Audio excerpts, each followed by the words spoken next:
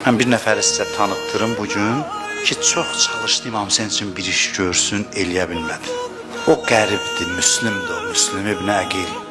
Allahın nə işi var bu insanlarla? Kimlərə ağız açmadı İmam Hüseynə xidmət üçün? Bir dənə kömək eləyin ağam üçün bu işi görün.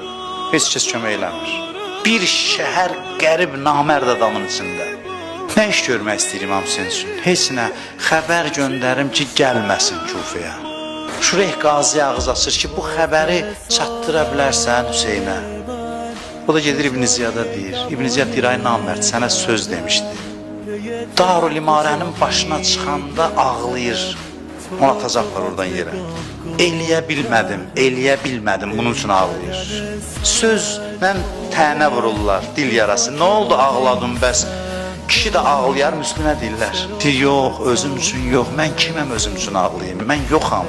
Məktub göndərmişəm əmmi oğluna.